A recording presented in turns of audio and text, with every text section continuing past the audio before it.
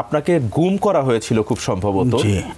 কোথা থেকে, ঠিক কি অপরাধে এবং কেন আপনাকে গুম করা হয়েছিল, এটা যদি একটু বলেন।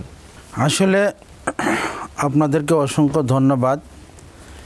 আপনারা এসএটিভি ফ্যামিলির যারা আছেন, দেশের যে বিগত সরকার সারা দেশের উপরে, বিশেষ করে উলামায়ে কেরামদের উপরে যে নির্যাতন চালিয়েছিল, বিশেষ করে আমার উপরে বা আমার মতো হাজারো উলামায়ে কেরামদের উপরে গুম, খুন, হত্যা যা কিছু করেছে, আমার সাথেও যা ঘটেছে সেটা বলার জন্য এ পর্যন্ত সুযোগ পাচ্ছিলাম না। বিগত সরকারের সময় তো কথা বলা, মুখ খোলা সেটা কঠিন ছিল। আজকে আপনারা যে আয়োজন করেছেন আমাদের সত্য কথাগুলো প্রকাশ করার জন্য, সেই জন্য আপনাদেরকে আন্তরিকভাবে ধন্যবাদ। তবে আমার সাথে যে ঘটনা ঘটেছিল বড়ই হৃদয় বিদারক ঘটনা।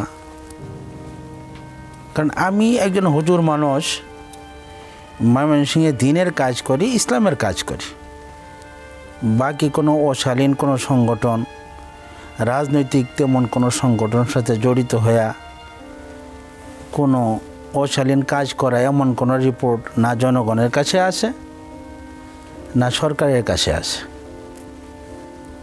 তারপরেও কেন যে আমাকে তারা এমনভাবে নির্যাতন করলো সেটা তারাই ভালো করে জানে, আল্লাহ মাহবুদ জানেন। সেই ঘটনাটা কি হয়েছিল? আপনাকে যে নিয়ে গিয়েছিল, আপনি গুম কতদিন ছিলেন এবং ঠিক কি অপরাধে কোন জায়গা থেকে আপনাকে নিয়ে যাওয়া হয়েছিল? আমি হঠাৎ করে 2017 সালের ঘটনা, তখন আমার মনে এমন কোনো দিন উদয় হয় না যে সরকার আমার পিছনে লেগেছে বা আমাকে কিছু করবে, বা আমি কোনো একটা কাজ করেছি যে কাজ করার কারণে হয়তো সরকার আমাকে উঠিয়ে নেবে, কোনো দিন চিন্তাও আসে নাই।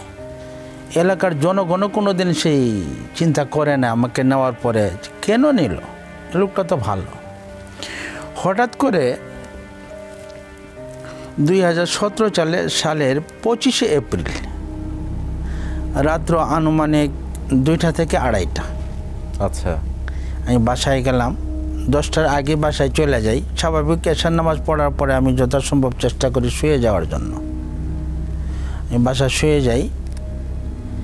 2টা থেকে 2:30টার সময় আমার বাসায় যে বাইরের যে গেট আছে, গেটে খুব কড়া নাড়তে ছিল তারা।